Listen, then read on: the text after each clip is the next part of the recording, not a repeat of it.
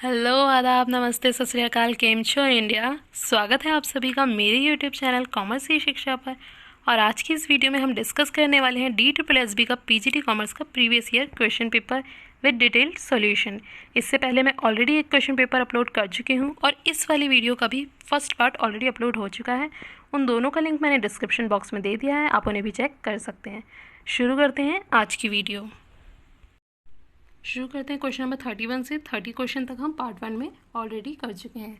So first question क्या कहता है 31, if earning price ratio is 0.5, earning price ratio अगर 0.5 है and earning per share is ₹8, the market price of the share will be, तो market price क्या होगा। ठीक है, ऑप्शंस आपको गिवन है, मैं आपको सीधा इसका सोल्यूशन दिखाती हूँ। देखिए ये है उस क्वेश्चन का सोल्यूशन। इसमें आपको क्या क्या गिवन था, अर्निंग प्राइस रेशो दे रखी है आपको, अर्निंग पर शेयर आपको गिवन है और मार्केट प्राइस ऑफ शेयर आपसे पूछा गया है। ठीक है, सो आप इसमें तो कंफ्यूज मत होइएगा क्योंकि ये एक होती है प्राइस अर्निंग रेशो, एक होती है अर्निंग प्राइस रेशो। ठीक है, सो आपसे क्वेश्चन में पूछी गई है अर्निंग प्राइस रेशो, ये वाली रेशो आपसे पूछी गई है। इसका फॉर्मूला होता है अर्निंग पर शेयर अपॉन में मार्केट प्राइस ऑफ शेयर, यानी एक शेयर पर आपने कितना अर्न किया और उसकी मार्केट में क्या वैल्यू है, इन दोनों को आपस में डिवाइड करेंगे तब आपकी अर्निंग प्राइस रेशो आएगी। ठीक है, तो अर्निंग प्राइस रेशो आपकी क्या है 0.5। ठीक, तो मार्केट प्राइस ऑफ शेयर निकालने के लिए मैं मार्केट प्राइस ऑफ शेयर को इधर ले जाऊंगी और 0.5 को EPS से डिवाइड कर दूंगी। राइट, तो अर्निंग पर शेयर आपका कितना है 8 है, तो 8 यहाँ रख दिया गया और 0.5 अर्निंग प्राइस रेशो से 0.5 से इसे डिवाइड कर दिया, मल्टीप्लाई करेंगे 100 से, तो आपका आंसर आ जाएगा 160। ठीक है, तो इसका करेक्ट ऑप्शन यहाँ पर हो जाएगा ऑप्शन सी। सेकंड क्वेश्चन पर आते हैं, question number 32, accounting standard 14 is related with, accounting standard 14 किससे रिलेट करता है, तो बेसिकली अमलगमेशन से रिलेट करता है। डेप्रिसिएशन का कौन सा अकाउंटिंग स्टैंडर्ड होता है, डेप्रिसिएशन का होता है अकाउंटिंग स्टैंडर्ड 6, और आपसे पूछा अकाउंटिंग स्टैंडर्ड 14 वो होता है अमलगमेशन का। ठीक है, नेक्स्ट क्वेश्चन पर आते हैं, question number 33, the basic purpose of fund flow statement is to indicate the following, यानी जो फंड फ्लो है उसे बनाने का क्या मेन पर्पस होता है। As the name suggest funds, तो बेसिकली वो फंड्स को लेकर ही रिलेट करती है कि फंड का कितना फ्लो है, उससे रिलेटेड ही वो वर्क करती है, उससे रिलेटेड स्टेटमेंट आपको देती है। सो इंक्रीज और डिक्रीज इन वर्किंग कैपिटल, यानी वर्किंग कैपिटल में जो इंक्रीज और डिक्रीज होगा, ठीक है, उसे मेन पर्पस होता है फंड फ्लो स्टेटमेंट का, उसको इंडिकेट करना। ठीक है, वर्किंग कैपिटल का इंक्रीज और डिक्रीज को। सो ऑप्शन डी यहाँ करेक्ट हो जाएगा। नेक्स्ट क्वेश्चन पर आते हैं, question number 34, which of the following is not normally paid from the working capital, यानी वर्किंग कैपिटल जो आपके पास होती है उस उन पैसों से आप क्या चीज़ नॉर्मली नहीं पे करते। ठीक है, वर्किंग कैपिटल देखो आपके डेली यूसेज एक्टिविटीज़ के लिए होती है। ठीक है, आप वेजेस उनसे पे कर सकते हो, आप जो शॉर्ट टर्म क्रेडिटर्स हैं उनके जो अमाउंट है उन्हें पे कर सकते हो, रॉ मटेरियल के लिए आप यूज़ करते हो, बट आप कभी भी रिडम्पशन ऑफ डिवेंचर्स के लिए यूज़ नहीं करते। ठीक है, बहुत रेयर केस में आप जा सकते हैं, लेकिन रिडम्पशन ऑफ डिवेंचर्स के लिए आप वर्किंग कैपिटल का यूज़ नहीं करते, तो ऑप्शन सी यहाँ पर करेक्ट हो जाएगा। नेक्स्ट क्वेश्चन है, question number 35, which of the following is a leverage ratio, इनमें से लीवरेज रेशो कौन सी है। ठीक है, तो मैं आपको इसका एक डायग्राम दिखाती हूँ। देखो यहाँ पर ये गिवन है टाइप्स ऑफ अकाउंटिंग रेशियोज। ठीक है, 4 टाइप्स की होती हैं, liquidity ratio, profitability ratio, leverage ratio and activity और एफिशिएंसी रेशो। लिक्विडिटी रेशो में आपकी करंट रेशो और क्विक रेशो आती है, प्रॉफिटेबिलिटी में gross profit ratio, operating ratio, net profit ratio, और लीवरेज में आती है आपकी debt to equity ratio, debt ratio, proprietary ratio, interest coverage ratio. और आपसे क्वेश्चन में पूछा था लीवरेज रेशो इनमें से कौन सी है, और उसका फर्स्ट ऑप्शन ही था डेट टू इक्विटी रेशो। ठीक है, आप चाहें तो इसका स्क्रीनशॉट ले सकते हैं। तो यहाँ आपका जो ऑप्शन ए है वो आपका करेक्ट हो जाएगा, debt equity ratio is a leverage ratio. ठीक, नेक्स्ट क्वेश्चन पर आते हैं, question number 36, cash from operations is equal to, यानी कैश फ्रॉम ऑपरेशंस कैलकुलेट करने का क्या फॉर्मूला होगा। सो इसका ऑप्शन सी यहाँ करेक्ट होगा, net profit plus non cash expenses plus decrease in current assets.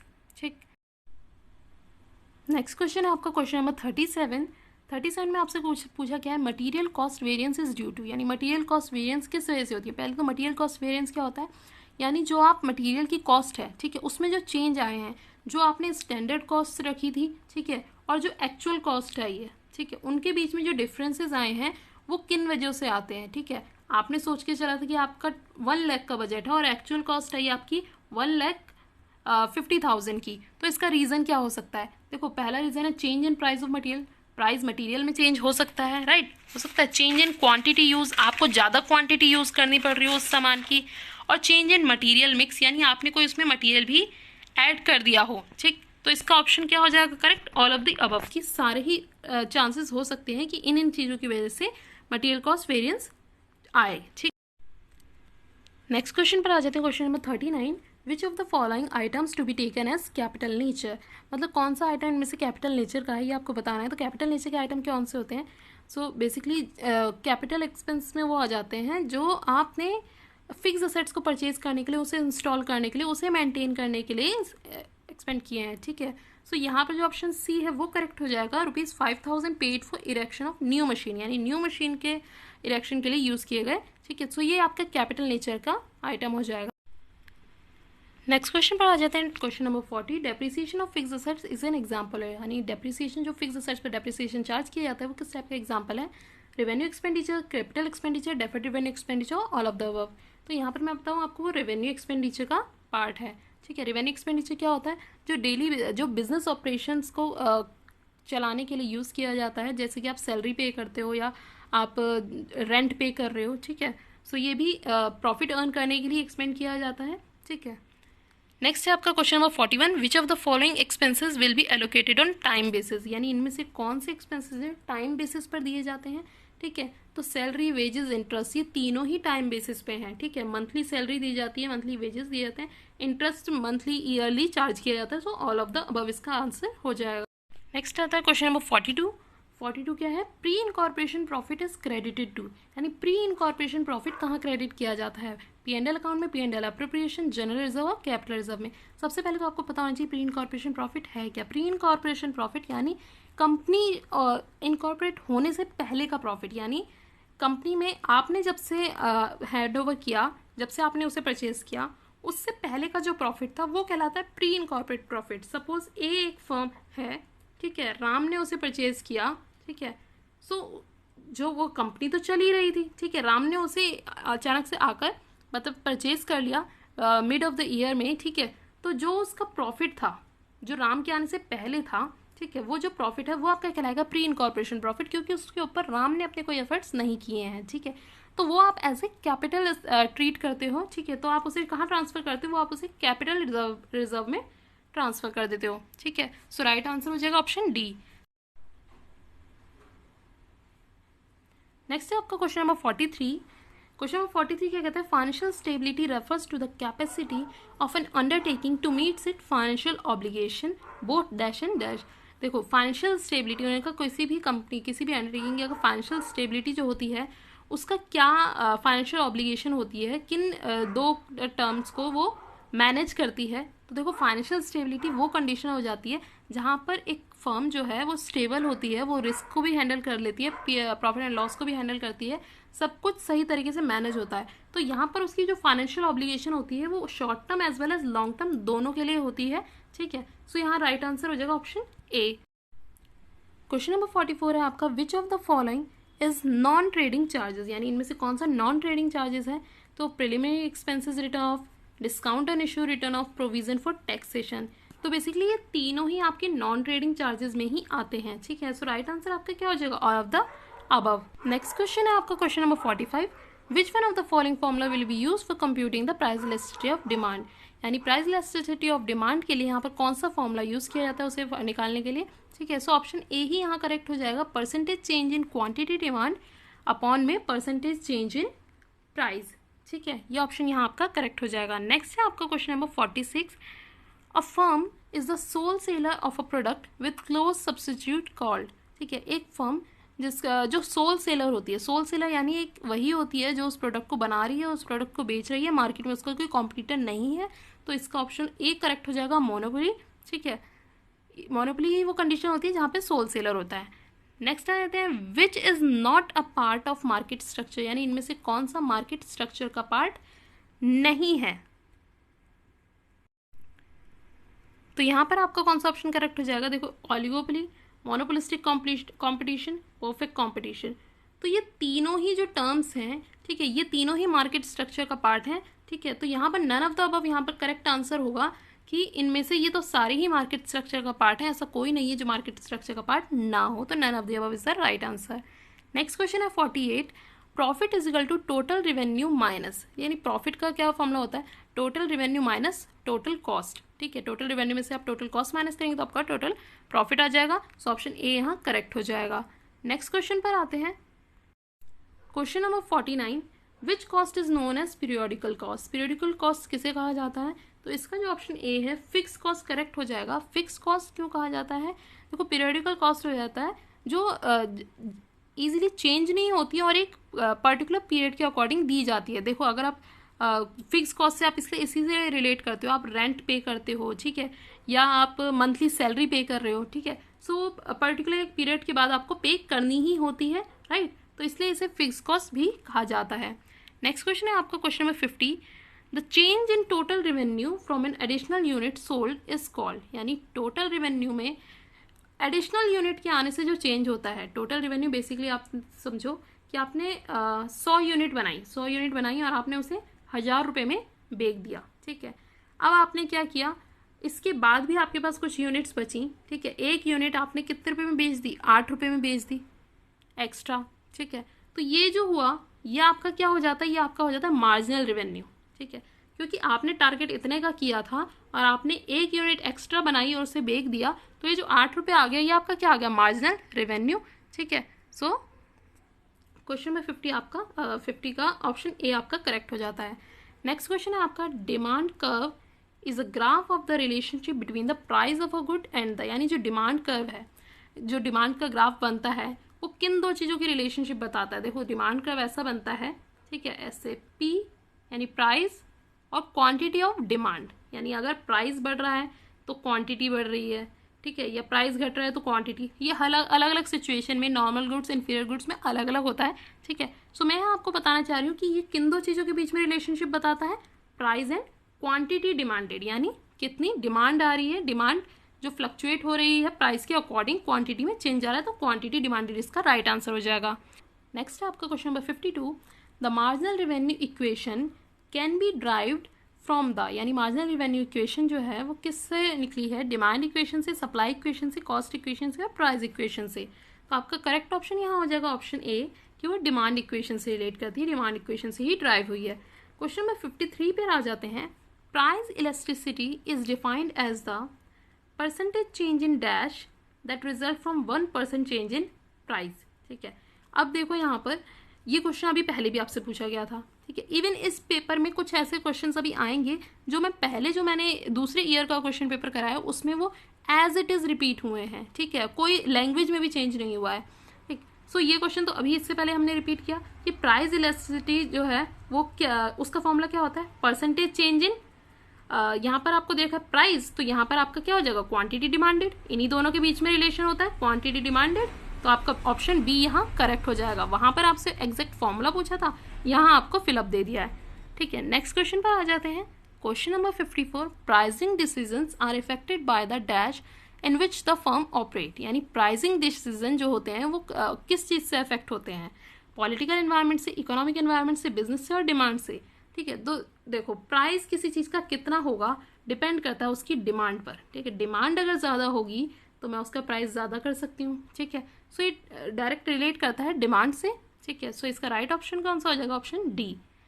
Next question पर आते हैं, question number 55, if one input is variable and all other input are fix then the firm's production function exhibits that. देखो वो condition जहाँ पर one input is variable, यानी एक चीज़ variable है, यानी एक ही इनपुट ऐसा है जो कॉन्स्टेंटली चेंज हो रहा है, बाकी सारे जो इनपुट्स हैं वो सारे फिक्स्ड हैं, उसी रेट में है, ठीक है। तो ये कंडीशन कौन सी हो जाती है, law of variable operation proportions, ठीक है, law of variable proportion, option A आपका करेक्ट हो जाएगा। क्वेश्चन नंबर 56 पे आ जाते हैं, विच इज और are method of measuring national income, यानी इनमें से कौन सा मेथड नेशनल इनकम मेजर करने का है। तो नेशनल इनकम 3 तरीकों से ही मेजर होती है, product method, income method and expenditure method. तो यहाँ पर आपके all of the above correct हो जाएगा, ठीक है, क्योंकि ये तीनों ही मेथड सही हैं। नेक्स्ट क्वेश्चन पर आ जाते हैं आपका question number 57, price discrimination occurs when variation in price for a product different market does not react variation in. एक तो एक क्वेश्चन यहाँ से ना आधा कटा हुआ है, मैं सिर्फ अज्यूम कर रही हूँ कि क्वेश्चन क्या है, ठीक है। सो देखो प्राइस डिस्क्रिमिनेशन क्या होता है। प्राइस डिस्क्रिमिनेशन यानी आपका हर मार्केट में प्राइस अलग अलग है। यहाँ पर क्या होता है कि बायर अपनी इच्छा के अनुसार उस प्राइस को डिफरेंट बेच रहा है, ठीक है। तो इसमें क्या होता है, देखो प्राइस एक मार्केट में आपका 10 है, दूसरी मार्केट में 12 है, तीसरी मार्केट में 15 है, ठीक है। और तीनों ही मार्केट में प्रोडक्ट तो एक ही है आपका।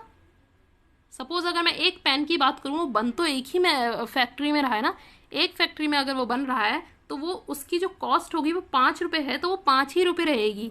प्राइस आप फ्लक्चुएट हो रहा है, इस मार्केट में 10 का बिक रहा है, इस मार्केट में 12 का बिक रहा है, इस मार्केट में 15 का बिक रहा है, लेकिन जो प्रोडक्ट की कॉस्ट है, जो उसकी बनने की लागत है 5 रुपये, वो 5 रुपये ही रहेगी। तो यही कहा है इस क्वेश्चन में कि जो प्राइस डिस्क्रिमिनेशन होता है उसका इफेक्ट यहाँ पर मतलब किस चीज़ पर नहीं, किस चीज़ में वेरिएशन नहीं आते। तो देखो उसके प्राइस में वेरिएशन आते हैं, उसकी डिमांड इतनी है तभी प्राइस फ्लक्चुएट हो रहा है, राइट। तो यहाँ पर बस एक ऑप्शन है कॉस्ट की, उसकी कॉस्ट में कोई चेंज नहीं आता, ठीक है, वो रिमेन सेम रहती है। नेक्स्ट है आपका question number 58, market equilibrium of a commodity determined by, यानी मार्केट में इक्विलिब्रियम किसी भी गुड्स की मार्केट में इक्विलिब्रियम कब आता है, ठीक है। इक्विलिब्रियम तब आता है कि आपकी मार्केट में जितने की डिमांड है, अगर 100 प्रोडक्ट की डिमांड है तो 100 की सप्लाई है, ठीक है। यानी 100 लोगों को एक प्रोडक्ट की ज़रूरत है तो एक कंपनी 100 प्रोडक्ट बना भी पा रही है, दोनों इक्वल लेवल पर है डिमांड और सप्लाई। तो ऑप्शन ए यहाँ करेक्ट हो जाएगा, मार्केट इक्विलिब्रियम। अब आ जाते हैं नेक्स्ट क्वेश्चन नंबर 59 पे। A market structure characterize by having only one buyer of a product और सर्विस, यानी ऐसी मार्केट कंडीशन, वो मार्केट स्ट्रक्चर जहाँ पर सिर्फ एक बायर होता है, यानी ये एक बायर है और इसके पास इतने सारे सेलर्स के ऑप्शन हैं, ठीक है, जो आपको प्रोडक्ट बेचना चाह रहे हैं। तो ये बायर क्या करेगा, ये बायर अपने अकॉर्डिंग प्राइस सेलेक्ट करेगा कि भाई ये मुझे 10 रुपये में चीज़ दे रहा है, ये 8 रुपये में, ये 6 रुपये में, ये 5 रुपये पे, तो मैं इसके साथ जाऊँगा, यानी जिसने कम दिया मैं उसके साथ गया। तो यानी सोल बायर है, वो अपने अकॉर्डिंग प्राइस एडजस्ट कर सकता है, अपने अकॉर्डिंग बार्गेन कर सकता है, ठीक है। इसका जो एग्जाम्पल अगर मैं दूँ, सपोज कोई यहाँ पर लाइसेंस लेकर वेपन्स बनाने लगे आपके इंडिया में, ठीक है, तो वो किसको जाकर बेचेगा, क्या वो सबको जाकर बेचेगा, ठीक। अब वेपन्स यानी जो मिलिट्री यूज़ करती है, ठीक, तो उसे किसके पास जाना पड़ेगा, इंडियन गवर्नमेंट के पास जाना पड़ेगा। वही एक सोल बायर होगी जो उसके वेपन्स को परचेज करेगी, राइट, वो और किसी को नहीं बेच सकता। तो अब इंडियन गवर्नमेंट उसके ऊपर अपने रूल्स एंड रेगुलेशंस लगा सकती है कि भाई इस तरह के प्रोडक्ट्स आप नहीं बनाओगे, ठीक है, इसी प्राइस पर हम आपसे परचेज करेंगे। तो ये हो जाता है आपका मोनोस्पोनी, जहाँ पर सोल बायर है, ठीक है, एक ही बायर है, ठीक। नेक्स्ट क्वेश्चन पर आ जाते हैं, question number 60, in which case the law of demand does not apply, यानी इनमें से किस केस में लॉ ऑफ डिमांड अप्लाई नहीं होती। लॉ ऑफ डिमांड यानी जहाँ डिमांड अदर फैक्टर्स और प्राइस के बेसिस पर चेंज होती है, ठीक है। सो यहाँ ऑप्शन है एक्सपेक्टेशंस रिगार्डिंग फर्दर प्राइजेस, ठीक है, यानी आने वाले टाइम में क्या प्राइजेस हो सकते हैं। देखो जो प्राइजेस आने वाले सिचुएशन में अगर बढ़ने वाले होते हैं तो इस टाइम पर डिमांड क्या हो जाती है, ज़्यादा हो जाती है। तो ये तो यहाँ पर तो लॉ ऑफ डिमांड अप्लाई होता है, स्टेटस गुड, गिवन गुड्स, इन सब में ही लॉ ऑफ डिमांड अप्लाई होता है। तो आपका करेक्ट ऑप्शन क्या हो जाएगा, D, all of the above. Next question पर आ जाते हैं, question number 61, which is not source of oligopoly, यानी यहाँ पर ऑलिगोपॉली का कौन सा सोर्स नहीं है। सबसे पहले तो बता दीजिए ऑलिगोपॉली होता क्या है। देखो ऑलिगोपॉली वो होता है जहाँ पर जो सेलर्स हैं, जो प्रोडक्ट बना रहे हैं, ठीक है, वहाँ मार्केट रूल की जा रही है फ्यू सेलर्स के द्वारा, ठीक है। Few sellers in the sense 8-10 आपकी इंडस्ट्रीज़ हैं, 8-10 इंडस्ट्रीज़ के बीच में ही कंपटीशन है, ठीक है। इसका सबसे अच्छा एग्जांपल आप ले सकते हैं ऑटोमोबाइल इंडस्ट्रीज़, यानी जो कार बना रही हैं इंडस्ट्रीज़, ठीक है, कार, आपके स्कूटर्स, आपके बाइक, ठीक है। सो ये जो इंडस्ट्रीज़ है ना, ये इतनी ज़्यादा नहीं है मार्केट में, फ्यू सेलर्स होते हैं इनके, ठीक। तो अब ये आप देख लीजिए, इसमें पूछा है इसमें से कौन सा ऑलिगोपॉली का सोर्स नहीं है। ह्यूज कैपिटल इन्वेस्टमेंट वहाँ पर होती है, ठीक है। Economies of scale, patent of right, ठीक है। तो ये तीनों ही ऑलिगोपॉली का सोर्स हो जाते हैं। तो करेक्ट ऑप्शन यहाँ पर क्या हो जाएगा, option D, none of the above, ठीक है। नेक्स्ट क्वेश्चन पर आ जाते हैं, क्वेश्चन नंबर 62। यहाँ पे आपसे कंट्रीब्यूशन निकालने का फॉर्मूला पूछा है, तो वो क्या होता है, फिक्स कॉस्ट प्लस प्रॉफिट। ये तो सीधा सीधा क्वेश्चन है, fix cost plus profit contribution का कॉम्बिनेशन है, ठीक है। 62।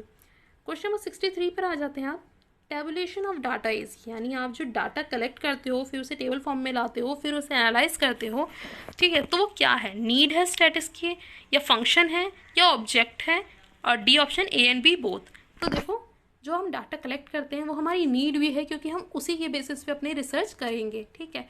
प्लस वो एक फंक्शन भी है, ठीक है। सो ए एंड बी बोथ हो जाएगा कि ये नीड भी है और फंक्शन भी है स्टैट्स का, ठीक। नेक्स्ट क्वेश्चन पर आ जाते हैं, question number 64, which one of the following is not included under the characteristics of useful hypothesis, यानी इनमें से कौन सा हाइपोथेसिस के कैरेक्टरिस्टिक्स में नहीं आता। देखो हाइपोथेसिस में आप क्या करते हो, आप अज्यूम करते हो चीज़ों को थ्योरीज के बेसिस पे या व्यूज़ के बेसिस पे, ठीक है। सो यहाँ पर जो ऑप्शन डी है सैम्पलिंग, ठीक है। सैम्पलिंग में क्या होता है, आप सैंपल अगर कलेक्ट कर रहे हो तो आप एक्चुअल फैक्ट के बेसिस पे आप रिसर्च कर रहे हो, ठीक है। तो वो हाइपोथेसिस का पार्ट कैरेक्टरिस्टिक्स नहीं होता है। तो राइट ऑप्शन आपका क्या हो जाएगा, ऑप्शन डी सैम्पलिंग, ठीक। नेक्स्ट क्वेश्चन पर आ जाते हैं, question number 65, which of the following is the source of error, यानी इनमें से कौन सा सोर्स है एरर का, ठीक है। Error of origin, error of inadequacy, error of manipulation और एरर ऑफ इंटरप्रिटेशन, ठीक है। सो यहाँ पर जो सही आंसर है वो है option C, error of manipulation, यानी आप फैक्ट्स को मैनिपुलेट कर रहे हैं, ठीक है। सो ये एरर ऑफ मैनिपुलेशन है सोर्स ऑफ एरर।